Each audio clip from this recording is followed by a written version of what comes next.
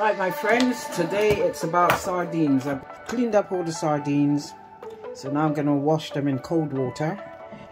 And because they are delicate, small fish, I'm not going to swirl them in that way. I'm going to turn on the cold water. I've got bits of lemon like this in my sink to keep it fresh and not smelling too fishy. And let's try the water about that speed. And then we're going to wash. Just have to rinse them off. Remember I said I did before I started to clean them. Before I started to clean them, I did rinse them off. But now that they've cleaned, you need to wash them off. Get any extra scale that might be on it off. I'm going to turn this down a little bit more because that water is still a little bit forceful for the size of the sardines. And yes, I am going to do them one by one to make sure.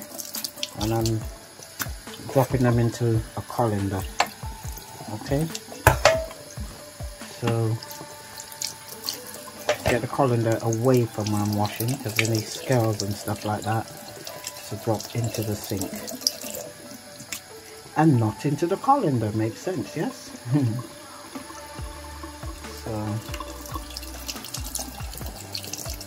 a light flowing tap, give them a wash off. You don't want to be putting these in a bowl of water or so because they would just disintegrate. You need to just take your time with this because they're all different sizes, these sardines. You need to take your time, otherwise you're just going to end up with mushy sardines. And I'm going to let them drain for a good amount of time. Just make sure you get off any loose scales.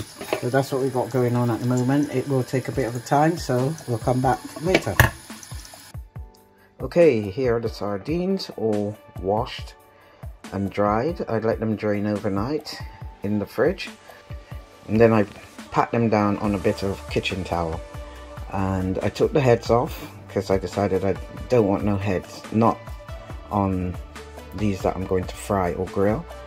And using the container they came in, wash it out, bit of lemon and everything, and I layered them out. So as you can see, I've opened them up, and each layer I then seasoned them, and I decided I wanted to use salt, black pepper, a bit of onion granules, bit of cayenne pepper to give it a kick, and a bit of garlic salt or garlic powder, whichever you have.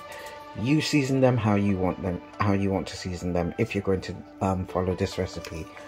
And by layering them, obviously it will soak up the seasonings easier.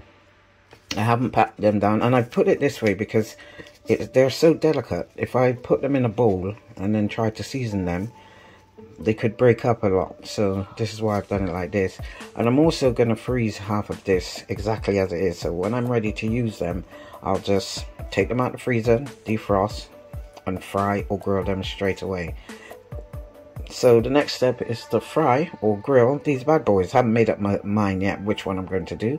Probably going to fry them. It's a bit quicker. It only takes a couple of minutes. There we are, layered with a few onions, and I took the liberty of adding one long chili, just slicing it up as you can see, and adding that on top. So I'm just going to put some cling film on that, or baking foil, and leave it in the fridge to marinate for a couple of hours before frying it. And as I fry it and watch as it goes down, I will decide whether I am going to put any in the freezer or just fry the lot. We'll see how it goes. I keep saying fry because I've made up my mind. I am going to be frying them, not grilling. Frying time, and as you can see, I've done a couple here, just so that I can say to you how long it'll take.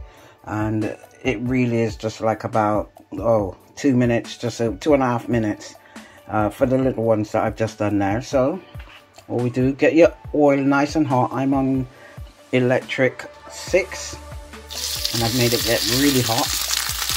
I just want the fish, not the chili. Yeah, you could use your hand I just prefer using tongs. Skin side down. Put them in. Try and do it as fast as you can, because we're only going to give it a minute. So skin side down. And I'm using a very, very little oil. I'm using rapeseed oil. You can use olive oil. My favourite oil is rapeseed next to olive oil. I'm hand holding the camera as you might guess, so bear with me. And as I'm not good with time, I tend to use a timer. Okay, so a minute on one side, and then I'm going to flip it, and a minute on the other. And like I said, I mean, this pan that I'm using is very good for stuff like this, non-stick and all that, but just lightly grease your frying pan, unless you want it a lot oilier. I mean, I've tasted the ones that I've done over here, and you can taste the oil from the sardine, that fresh oily taste that you get from sardines. So you really don't need to put a lot of oil in it, and it is so flavoursome. But we give that a minute and flip it over. There's my timer going, that's a minute. So stop the timer, make a noise, and just flip them over. And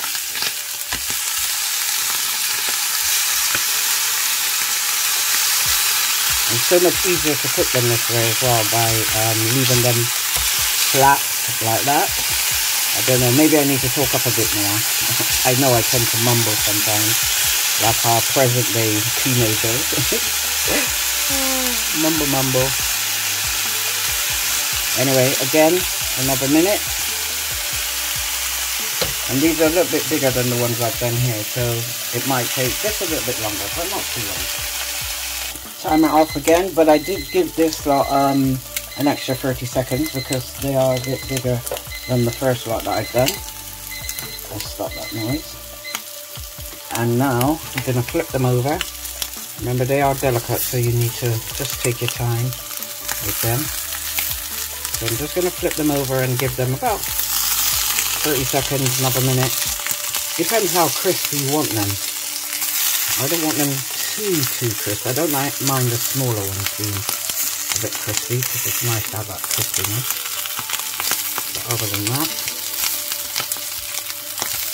I'm just going to give that, there you are, you can see they're practically done. So 30 seconds and we'll get the next lot in. Right, so that's that done. Yeah, I'll flip it over. So we're not burned, we're not charred, nothing like that. We're just nicely browned.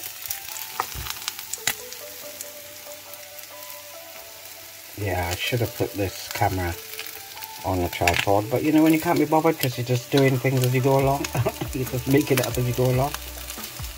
So, fresh, deboned, washed, drained, seasoned, and then fried sardines are lush. They really are worth the effort. And the little bones, the little fine bones that are left in there, you don't even taste them. They just melt in your mouth if you do it right. And there's our minute, so we'll flip these over and get back to you. And there, I have flipped them over. Again, going to give it about a minute, just over a minute, because these are larger fillets of sardines than some of the smaller ones that I've done earlier.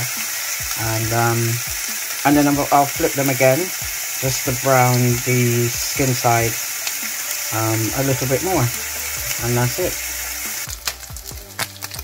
And there we are, I've flipped them, and you can see that's slightly golden brown colored. That's what you're going for. Don't need it anything more than that. And I flipped them, just about 30 seconds. I'm going to take them out now because it's done. There we are. I'm getting good at that with the timer, eh? I make it up as I go along. I think you all guessed that by now. Oops. just thought as I was taking them out that I should basically show you what the skin side looks like, and that's what it is. There we are, just slightly brown again, and that's it. They're all done. So we'll take these out, and I'm going to be serving mine with rice. We're going to cook up these onions that we have here and make a little sauce, maybe a little tomato sauce, and serve it up with rice. But you could just throw that lot onto toast, into a sandwich, whatever you want it for. Naan bread, pita bread, anything you want really, you can throw those sardines into, even for breakfast. So that's them all done now, all the sardines. And with the onions that I've got left, I'm going to chop these up and use not all of the chilies but some of the chilies and make a spicy tomato sauce to go with it, as I'm going to be serving these sardines with some rice. So some rice and peas. When I say rice and peas, I mean garden peas, not rice, not Jamaican rice and peas. Right, to the tomato sauce. I did say I'm going to make a quick little tomato sauce to go with the mackerel because I'm going to serve it with rice. And what we have here is some roughly chopped coriander, parsley and basil, some tomato puree, the onions which I had on top of the sardines, I've just chopped them up, couple slices of the chili that I had there, some passata, tomato passata, some sweet peppers, a little bit of fish stock, some sugar and creme fraiche. And in this cup here is the water. I may use it, may not. That's the water that I use to steam the peas, the garden peas that I've got mixed in with my rice. I'm going to use all that and make a quick tomato sauce. So first off, I've added everything to about a tablespoon of olive oil. Use whatever oil you prefer to use, and we're just going to let that soften down for a couple of minutes before we add everything else. And remember, as I always say when you're doing these stuff, keep stirring. Don't want nothing to burn. I'm on electric 7. That's usually my average setting for anything I'm cooking. And I did forget to say on my ingredients list there's a couple of pimentos in there, you see? About 3 or 4 I've got in there as well. So just keep it stirring, let them soften down for a couple of minutes. Still frying down a bit. What I did do is add a little of this water to speed up the process. Just add a little bit in there so it's kind of steam and fried. So now we can add some passata. I'm just guessworking this to the amount I want. I've used about half of that box of passata in there. I'm going to bring that up to the boil and then let it simmer. And as you see there, it's boiling up nicely. I'm going to add some tomato puree. Again, it's just guesswork. 1, 2, 3, 4 drops, 5 drops. 5 drops of tomato puree there. You know I don't like to measure stuff. I reckon that's about a tablespoon anyway. Give it a stir. And let it cook down. There, it's boiling quite nicely. And another thing I forgot to add on my ingredients list, which I forgot to say, is a glug of white wine. Fish, you put in as much as you want or as little as you want, or none at all, it's optional. I'll put that in.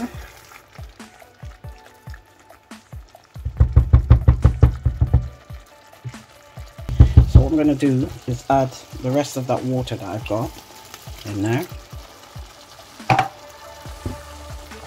Right, give it a stir.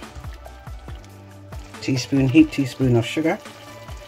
Balance out that acidity of the tomato.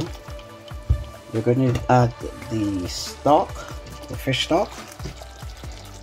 I've broken it up, crumbled it up, because that makes it all dissolve quickly. It's also made quicker. There you are, about that. Dessert spoon, creme fraiche.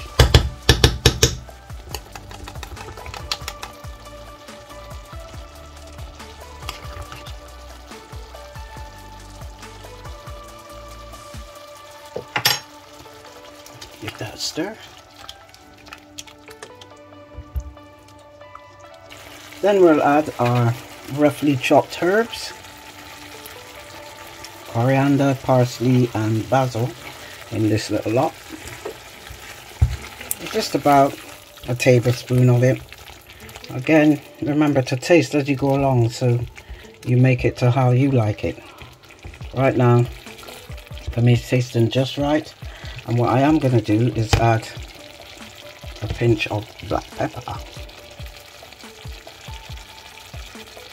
Wasn't on my ingredients list, but it is now. Always like to add a little black pepper in my food. You see, that's nice and rich and thick, just what you want. And let that cook down for a couple of minutes. Quick basic tomato sauce done.